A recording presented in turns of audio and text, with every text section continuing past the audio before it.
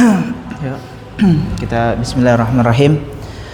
Al-Fatihah. Allah yataqabbal salatu wa du'a wa ila arwahi sayyidina Sayyidil Azam al-Faqih al-Muqaddam Muhammad bin Ali Balawi Syabdur Rahman Sagaf wa Sayyid Muhammad Hasan Jamalul Lail wal Habib Muhammad bin Harun Baharun wal Habib Abu Bakar bin Abdul Attas wal Habib Muhammad bin Abdurrahman Baharun an Allah yataqassam bi rahmatil maghfirah wa sukunan fil jannah wa ila hadratin Nabil Mustafa Rasulullah sallallahu alaihi wasallam. Al-Fatihah. A'udzu billahi minasyaitonir rajim. Bismillahirrahmanirrahim. Alhamdulillahi rabbil alamin arrahmanir rahim maliki yaumiddin. Iyyaka na'budu wa iyyaka nasta'in. Ihdinas siratal mustaqim. Shiratal ladzina an'amta 'alaihim ghairil maghdubi 'alaihim waladdallin. Allahumma shalli ala munawwiril qalbi wa syafi'ir ruhi min adhabin nari Muhammadin al-amin sayyidil mujahidin wa barik li ya rabbal alamin. Allahumma salli ala munawwiril qalbi wa syafi'ir ruhi min adhabin nari Muhammadin al-amin sayyidil mujahidin wa barik li ya rabbal alamin. Allahumma salli ala munawwiril qalbi wa syafi'ir ruhi min adhabin nari Muhammadin al-amin sayyidil mujahidin wa barik li ya rabbal alamin. Bismillahirrahmanirrahim. Kemarin kita sudah kenal ya banyak tentang kitab yang akan kita bahas ini, tabarukan kita ya. Lagi-lagi tabarukan. Kenapa tabarukan? Karena memang siapa ana gitu untuk membahas kitab ini, tapi tabarukan karena pernah belajar kitab ini, kita hadirkan buat antum belajar juga. Antum tahu tukang pos? Tukang pos itu perannya pergi ke suatu alamat, dia ambil barangnya terus ngasih ke alamat tujuannya. Jadi ana ini ibarat tukang pos saja, tidak lebih dari sekedar itu ya. Jadi anak kesana cuman ngambil apa yang anak pelajari ya untuk antum gitu. Jadi ini wasilah seperti itu. Nah, kemarin kita sudah bahas muqaddimah panjang lebar. Sekarang kita masuk langsung ke bab thaharah. Kemarin kita sudah bahas mabadi'u asyarah tentang ilmu fikih. Nah. Yuk silakan masuk langsung. Boleh langsung duduk aja silakan. Jadi ilmu fikih itu awal-awal pasti ulama fikih kebanyakan goliban yakni keseringan mulai dari bab thaharah. Seperti yang antum tahu bab thaharah. Begitu juga beliau Al-Imam Sayyid Ahmad bin Umar Asy-Syatiri, pengarang kitab Yaqut Nafis ini, beliau mengarang kitabnya diawali setelah muqaddimah yang kemarin kita telah bahas ini tentang bab thaharah. Nah, kita baca dulu habis itu ana jelaskan insyaallah. Bismillahirrahmanirrahim. At-thaharatu lughatan an-nazafatu wal khulusu minal adnas, hissiyatan kanat kal anjas wa ma'nawiyatan kal uyub. Wa syar'an fi'lu ma tatawaqqafu alaihi ibahatun walau min ba'dil wujuh aw sawabun mujarrad. Baik, kita akan bahas tentang thaharah dulu. Beliau pasti memulai dengan mendefinisikan apa itu thaharah. Nah, thaharah beliau definisikan di sini sebagai secara bahasa dulu. Ulama tuh biasanya rinci secara bahasa, kemudian dimulai secara syariat apa. Nah, secara bahasa thaharah itu adalah an-nadhafah wal khulus minal adnas, kebersihan dan juga menghilangkan daripada adnas, apa kotoran-kotoran. Baik itu hissiyatan kal anjas, yang terlihat seperti najis, au ma'nawiyatan kal ujub, ataupun itu kotoran-kotoran yang bersifat ma'nawi seperti ujub. Tahu ujub, penyakit hati, ujub, sombong dan sebagainya macamnya. Nah, itu secara bahasa. Ya, toharo berarti artinya menghilangkan itu semua. Baik ini secara bahasa lagi-lagi, baik itu kotoran yang terlihat maupun yang tidak terlihat seperti tadi penyakit hati dan sebagainya macamnya. Tapi secara syar'an, secara istilah dijelaskan bahwasanya fi'lu ma tatawaqqafu alaihi ibahatu. Itu adalah toharo, itu adalah sebuah hal yang dilakukan untuk dibolehkannya dia melakukan suatu ibadah. Misalkan kita tahu kita mau sholat itu harus wudu, sebagaimana yang kita tahu, maka nggak boleh kita sholat tanpa wudu. Ataupun kalau tidak ada wudu, kita bisa menggantikan, nggak ada wudu artinya mungkin tidak ada air atau karena sakit, dia bisa menggantikan wudu tersebut dengan tayamum. Nah, ini proses dia membolehkan dia untuk sholat itu wudu, toharoh namanya, proses bersucinya tersebut. Nah, juga contoh lainnya ketika kita mau menyentuh mushaf, kan sebagaimana kita tahu di mazhab Syafi'i itu untuk menyentuh mushaf harus dalam kondisi suci. Nah, maka sebelum kita dibolehkan menyentuh mushaf, kita harus bersuci dulu. Caranya bagaimana? Itu kalau misalkan hadasnya hadas kecil dengan berwudu, kalau hadas besar dengan mandi wajib. Nah, walau min ba'dil wujuh. Nah, walaupun itu dari sebagian saja, dari sebagian, enggak keseluruhan toharo. Misalkan apa? Contohnya tayamum. Tayamum itu kan sebagaimana kita tahu kalau wudu itu lengkap. Nah, tapi kalau tayamum cuman apa? Cuman tangan dan juga wajah. Au thawabun mujarrad, ataupun toharo bisa dilakukan karena semata-mata dia ingin mendapatkan pahala. Dia aslinya tohir, dia orang yang suci, tidak berhadas, tapi dia mau melakukan wudu. Ada orang yang seperti itu kan, sudah di masjid, sudah rapi kondisinya, sudah tidak ada hadas sama dia, tapi begitu mau sholat lagi dia namanya tajdidul wudu, memperbarui wudunya. Boleh atau tidak? Boleh. Untuk apa? Wudunya wudu sunnah, tidak wajib. Wudunya wudu sunnah, biar mendapatkan pahala lagi. Nah, itu yang di kitab Yaqutun Nafis. Nah, cuman ana mau mau lebih merincikan, ini ada kitab Taqriratus Sadidah. Alhamdulillah ya, kitab Yaqut Nafis kita belajar di Hadramaut, dan kitab Taqriratus Sadidah ini karangannya Al-Habib Hasan bin Ahmad bin Muhammad Al-Kaf, dan kita alhamdulillah ketemu juga sama mu'alifnya langsung, diijazahkan oleh beliau. Ini ada kutipan tentang toharo juga, definisi toharo, cuman yang didefinisikan oleh Imam Nawawi, ya, ditarifkan oleh Imam Nawawi. Jadi kata Imam Nawawi itu, toharo itu adalah raf'ul hadas au izalatun najas au ma fi ma'nahuma au ala suratihima. Ya. Itu wahada ta'rif Imam Nawawi. Ya, itu adalah ta'rifnya Imam Nawawi. Nah, kita perinci dulu. Ya, kita perinci ini, kita kita parkirin dulu kitab kitab Yaqutun Nafisnya. Sekarang kita ke kitab Taqriratus Sadidah fi Masailil Mufidah. Nah, kata Imam Nawawi, yang pertama definisi daripada toharo itu adalah raf'ul hadas, mengangkat daripada hadas, ya, mengangkat hadas. Dengan caranya apa ya? Nanti kita jelaskan. Nah, ini kita rincikan. Yang pertama raf'ul hadas, mengangkat hadas. Contohnya apa? Dengan wudu dan juga mandi wajib. Jadi kalau ada orang yang punya hadas, itu bisa diangkat hadasnya. Dengan apa? Dengan wudu dan mandi wajib.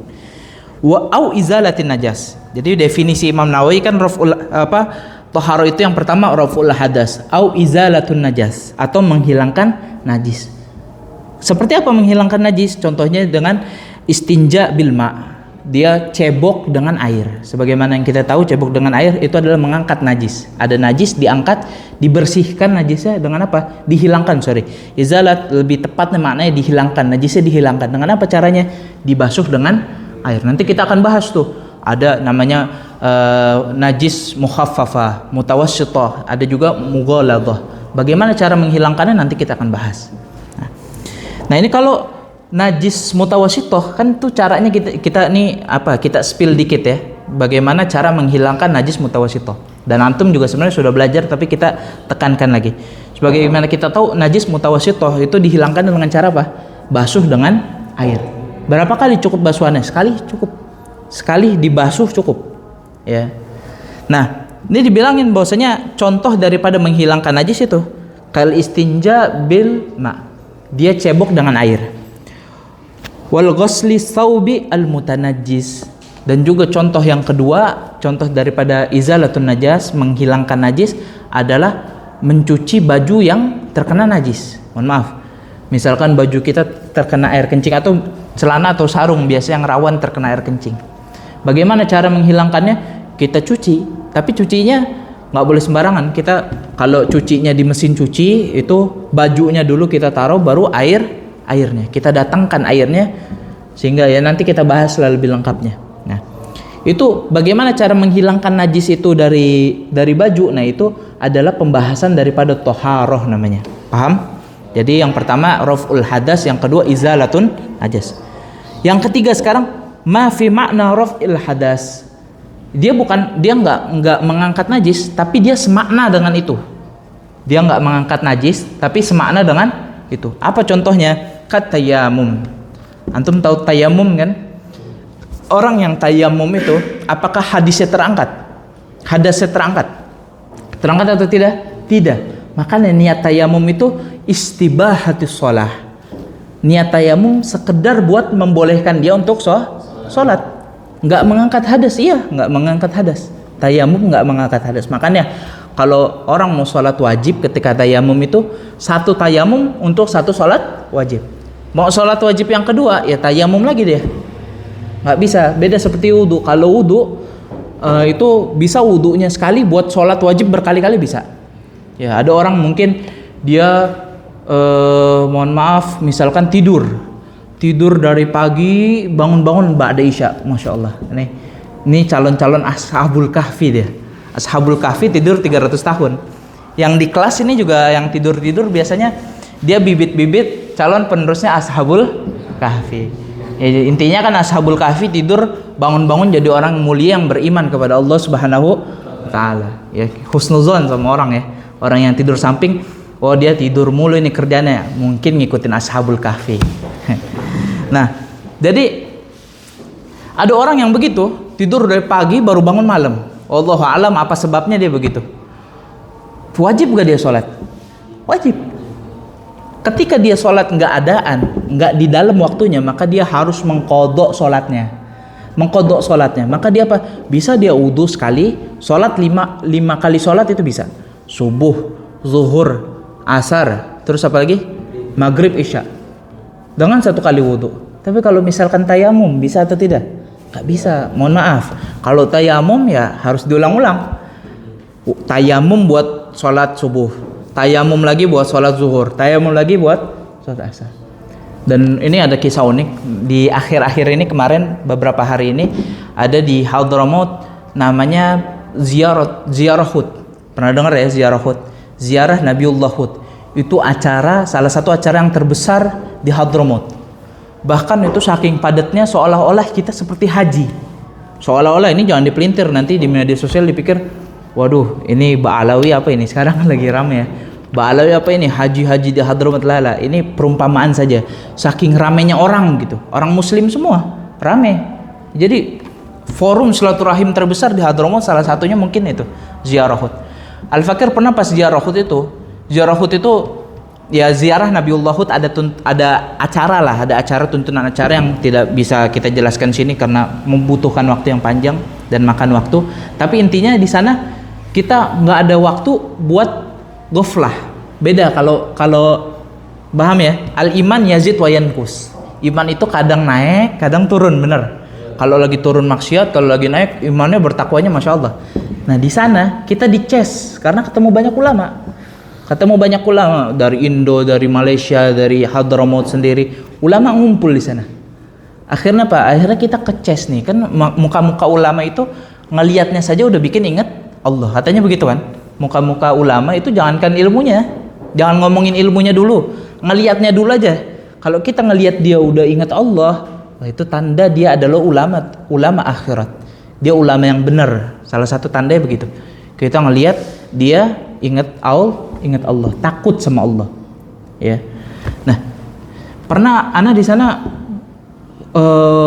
wudu satu kali, wudu sholat zuhur, wudu buat sholat zuhur, tapi nggak batal-batal, akhirnya kepake wudu zuhur, asar, wudunya 1 kali wudu buat sholat zuhur, asar, maghrib, isya.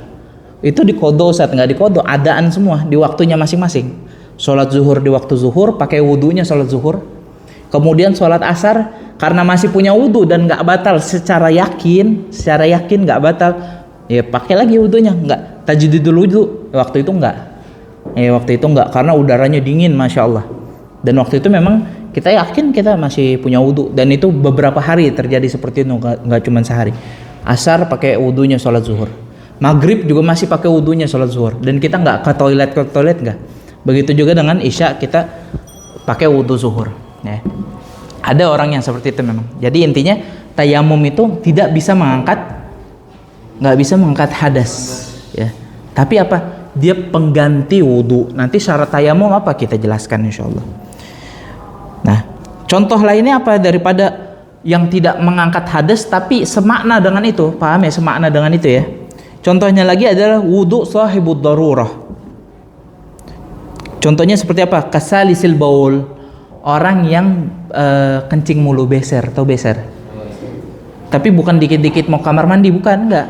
Dia nggak bisa, dia lagi diam, tiba-tiba keluar sedikit keluar kencingnya sedikit. Ya, dan itu nggak bisa ditahan sama dia, nggak bisa tahan sama sekali, langsung keluar. Nggak kan, kalau kita mau kencing kebelet ya kan, kalau dia nggak, kencing langsung keluar, kencing keluar, tapi nggak banyak, sedikit, setetes, 2 tetes. Nah ini namanya salasil baul, dalam istilah Arab salasil baul. Kalau di Indonesia kurang tahu bener atau enggak, tapi mungkin bisa dibilang beser. Tapi wallahu alam apakah beser itu harus ke kamar mandi atau enggak. Tapi paham ya maksudnya. Ada orang yang dia punya penyakit, kerannya nggak bisa dikontrol, netes terus dia. Ada yang seperti itu. Nah, orang yang seperti ini, dia kalau wudunya itu nggak mengangkat hadas dia. Karena apa? Dia terus-terusan keluar air kencingnya. Akhirnya apa? Dia istibahatus shalah. Sekedar dia tayamum, dia kalau dia berwudu, tapi wudunya itu untuk sekedar membolehkan dia sholat, bukan untuk mengangkat hadasnya dia, karena nggak bisa. Nah, fa in hadatsa la yartafi'u fihima, karena hadas itu nggak terangkat oleh tayamum sama dan wudunya orang yang salasil baul itu nggak terangkat. Nah itu yang ketiga tadi, fi makna raf'il hadas. Ya. Sekarang yang keempat, fi makna izalatin najas. Ada, dia bukan mengangkat najis, tapi semakna dengan mengangkat najis. Ini masih definisi apa tadi? Definisi apa? Toharoh ya, definisi toharoh. Jangan hilang fokusnya, ini kita bahas apa Ustadz? Enggak, ini kita bahas tentang definisi toharoh. Menurut siapa? Imam Nawawi. Tadi kan kita sudah bahas di kitab Yaqutun Nafis. Ini lebih kita rincikan lagi, ditafsil ya, dirincikan. Apa fi makna izalatin najas? Jadi dia bukan menghilangkan najis, tapi dia serupa dengan itu. Contohnya apa? Contohnya istinja bil hajar. Tahu? Ada orang yang dia ceboknya nggak pakai air, tapi pakai apa? Pakai hajar. Hajar itu nggak selalu batu, bisa juga pakai tisu seperti orang-orang barat. Ya, orang-orang barat itu kalau cebok, mereka pakai apa? Pakai tisu. Benar ya? Baik itu mau buang air besar, buang air kecil, mereka bisa pakai tisu. Kalau kita nggak bisa ya. Mungkin buang air kecil bisa pakai tisu, tapi buang air besar orang Indonesia nggak bisa. Nah nanti dijelaskan di fikih ada juga tuh pembahasannya tentang istinja bil hajar. Nah hajar itu apa? Bukan selalu batu, nanti akan dibahas. Intinya adalah orang yang cebok nggak pakai air gitu, bisa pakai batu, pakai daun, pakai apa lagi, tisu dan lain sebagainya, kertas dan sebagainya macam. Syaratnya nanti akan disebutkan di dalam. Ini kita masih definisi apa? Toharoh. Jadi ada yang dia tidak menghilangkan najis tapi semakna dengan itu. Tadi itu salah satunya adalah istinja bil hajar. Cebok itu bahasa sopan. Ada bahasa sopan lain nggak selain cebok? Ini soalnya majelis mulia, kita nggak bisa. Ya kalau nggak ada bahasa lain kita pakai cebok tetap ya. Nah, kemudian yang kelima ala surati raf'il hadas. Dia bukan mengangkat hadas. Dia nggak semakna dengan mengangkat hadas, tapi dia bentuknya, perbuatannya seolah-olah mirip mirip seperti raf'ul hadas. Apa contohnya? Seperti agsal al-masnunah. Kal agsalil masnunah, seperti mandi sunnah. Mandi sunnah, coba antum mandi sunnah ketika Jumat misalkan. Sholat Jumat antum biasanya sebelum Jumat mandi sunnah kan? Itu mandi sunnah apakah mengangkat hadas? Enggak. Tapi sama gak bentuknya? Perlakuannya sama? Iya sama-sama mandi. Tapi apa? Itu sunnah buat nambah pahala. Nah, makanya apa? Dia tidak mengangkat hadas, dia juga tidak semakna dengan mengangkat hadas, tapi dia apa? Bentuknya sama. Disebut tohara juga dia? Ya, disebut tohara, walaupun dia sunnah. Dan juga al-wudu al-mujaddad, wudunya yang diperbarui, yang tadi Anda bilang. Ya, di sini tadi disebutnya sebagai apa tadi? Pokoknya di sini kan tadi disebut sebagai tohara itu bisa dilakukan untuk minta pahala aja, benar ya? Kayak tadi yang Anda udah singgung, orang yang memperbarui wudunya. Ini disebut lagi bahwasanya daripada surah raf'il hadas itu adalah al-wudu al-mujaddad, wudu yang diperbarui. Paham sampai sini? Jadi dia sudah wudu, dia ngulang lagi wudunya. Buat apa? Enggak, itu buat sunnah saja biar nambah pahala. Antum jadi sunahkan antum kalau misalkan sudah wudu datang dari rumah, tapi karena duduknya lama, antum disunahkan buat wudu ketika mau melakukan sholat. Contoh lainnya apa? Wal ghuslatis tsaniyah wa tsalisah fi ghuslil yad wa ghairiha. Nah, basuhan kedua dan basuhan ketiga ketika wudu itu adalah sunnah, bukan wajib. Paham kan? Ketika wudu kan ada, kita biasa 3 kali basuhan. Yang wajib itu basuhan pertama aja. Paham ya? Ketika basuhan pertama wajib. Basuhan kedua sama ketiga sunnah atau wajib? Sunnah. Maka apa? Status dia basuhan yang kedua dan ketiga, dia tidak mengangkat hadas. Tapi apa? Dan dia juga tidak semakna dengan mengangkat hadas, tapi dia sunnah buat nambah pahala aja. Nah, terus contoh yang keenam adalah ala surati izalatin najas. Dia bukan menghilangkan najis, dia juga bukan semakna dengan menghilangkan najis, tapi dia itu sebentuk satu contoh dengan, paham ya maksudnya ya? Paham ya? Maksudnya dia perlakuannya sama seperti menghilangkan najis, tapi dia bukan. Contohnya apa? Seperti kaghuslatis tsaniyah wa tsalitsah fi izalatin najas. Ketika kita ketempelan misalkan ada ada kotoran burung. Kotoran burung najis, benar. Ketika kita mau hilangin kotoran burungnya, menghilangkan najisnya gimana caranya? Kita basuh dengan air. Tadi Anda sudah bilang cukup sekali basuhan. Udah cukup sekali, dia rasa sudah bersih sekali sudah. Tapi dia mengulang lagi 2 kali, 3 kali. Boleh apa tidak? Boleh. Tapi apakah yang kedua dan ketiga itu namanya izalatun najas? Bukan.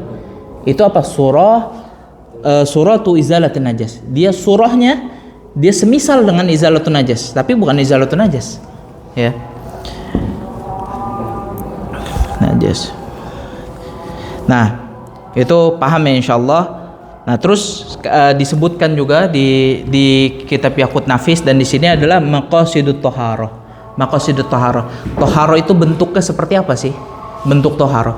Nah, di sini jelaskan ada 4 bentuk thaharah. Yang pertama al-wudu. Wudu sebagaimana yang kita tahu, ya, wudu. Terus yang kedua gusal. Gusal apa? Mandi. Yang ketiga adalah at-tayammum sebagai pengganti daripada wudu dan juga gusal. Yang keempat adalah izalatun najas, ya.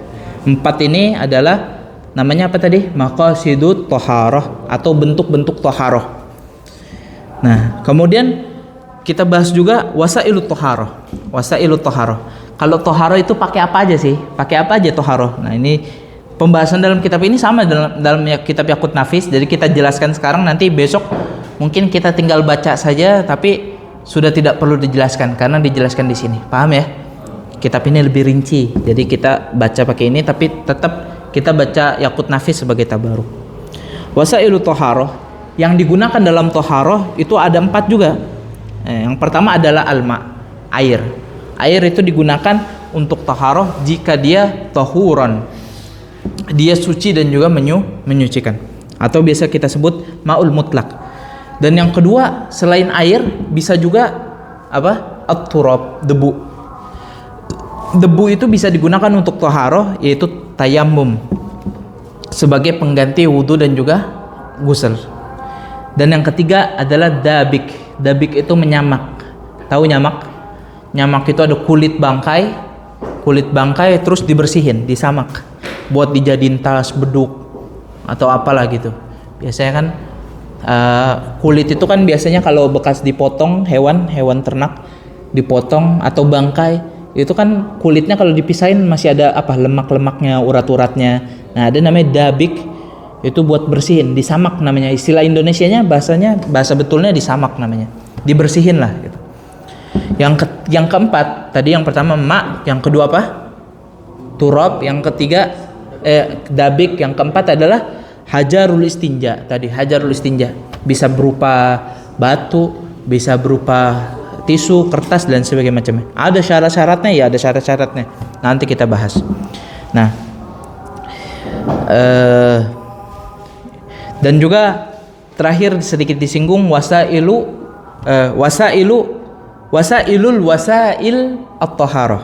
Wasailul wasail. Jadi kan tadi ada wasailut taharah. Ada lagi yang bawahnya lebih rinci lagi namanya wasailul wasail. Itu ada dua. Yang pertama ijtihad, yang kedua adalah ina itu apa bahasa Indonesianya? Wadah juga itu, tapi itu tidak kita bahas karena itu pembahasan yang cukup tinggi untuk kelas kita. Jadi kita cukupkan sampai sini saja, dan karena sudah mau azan juga rasa. Jadi kita sampai wasailut taharah. Nah, nanti di kitab Yaqut Nafis ini itu nggak disebut. Biasanya setelah di sini juga di kitab ini setelah bab taharah, definisi taharah itu disebutkan babul ma, benar ya? Babul ma. Maknya yang boleh ada 4 aksam, yang antum tahu ada 7 yang dibolehkan. Tapi di Yaqut Nafis ini nggak ada babul ma. Nah, terus ditanyalah, ya Imam, kenapa kok nggak ditulis ini babul ma gitu? Terus beliau bilang, oh ya saya lupa. Jadi semudah itu saja, jangan dibikin repot gitu ya. Jadi beliau tidak menuliskan babul ma pada kitabnya Yaqut Nafis. Insyaallah apa yang kita datengin ini menjadi berkah bagi kita semua. Ini besok nggak usah bawa ini, antum yang lebih perlu kepada makanan. Antum lihat anak sudah besar nih badan, nggak usah dikasih makanan, buat antum aja ya. Insyaallah berkah bagi kita semua, ilmunya bermanfaat, tabarukannya bisa mendapatkan ilmu daripada mualif kitabnya, daripada guru-guru kita, ilmunya tersambung kepada kita semua, dan semoga kita semua dikumpulkan di surganya Allah Subhanahu wa taala bersama Rasulullah sallallahu alaihi wasallam. Ila hadratin Nabi Mustafa Rasulullah sallallahu Al-Fatihah. A'udzubillahi minasyaitonir rajim. Bismillahirrahmanirrahim. Alhamdulillahirabbil alamin arrahmanirrahim maliki yaumiddin iyyaka na'budu wa iyyaka nasta'in. Ini belum azan ya? Ini antum nih sistemnya izin atau gimana?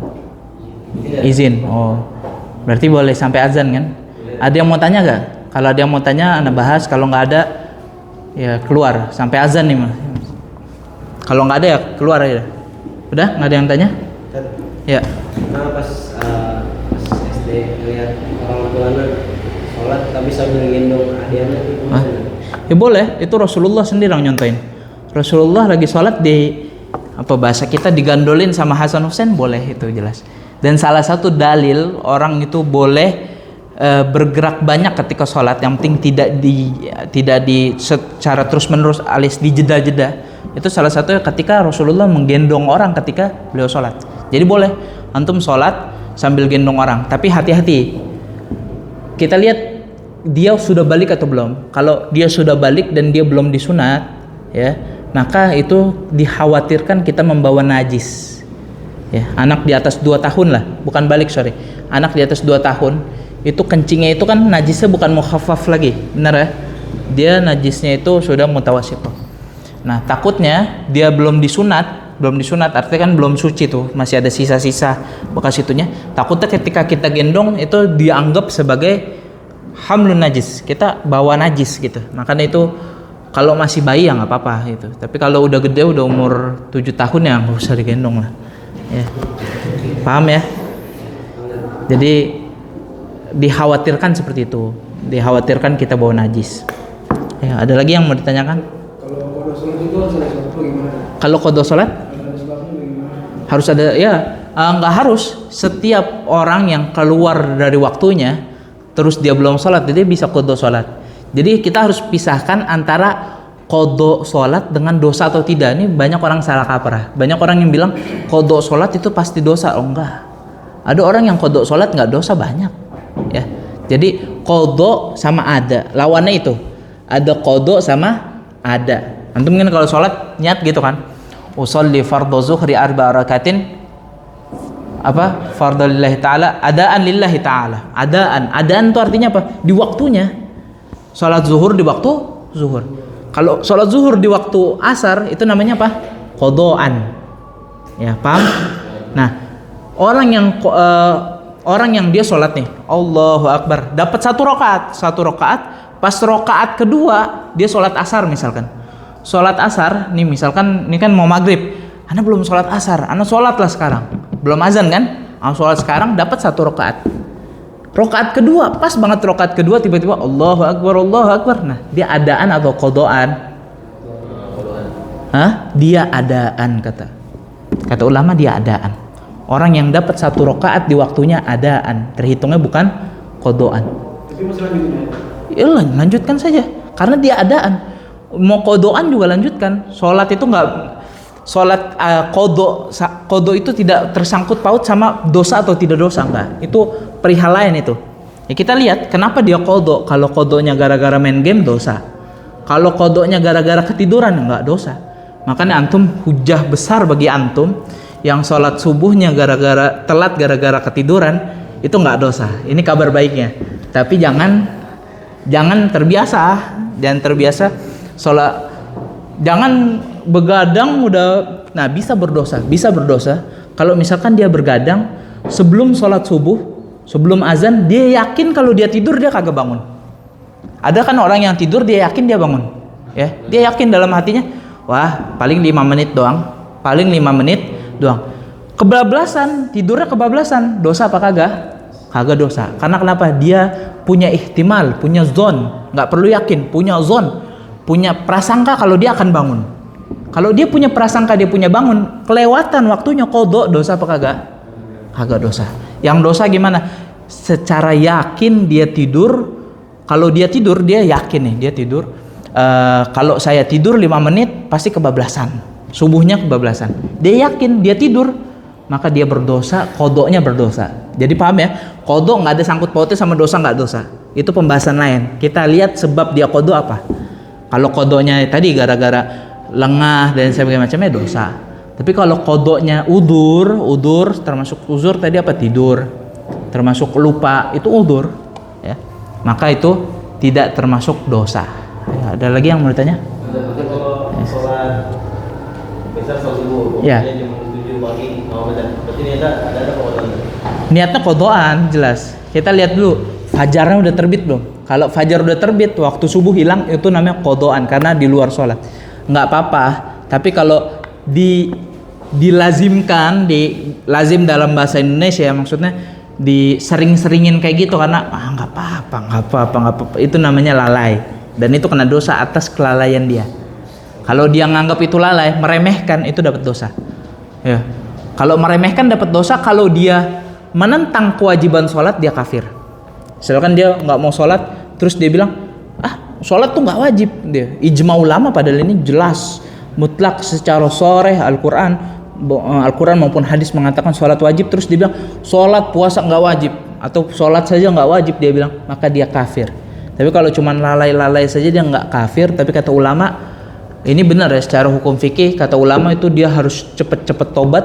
Dan bahkan nih antum tahu ya, dalam fikih muamalah itu ada had, ada hukuman-hukuman. Salah satu hukuman orang yang tarikis shalah, dia meninggalkan sholat itu dibunuh, ya, dibunuh.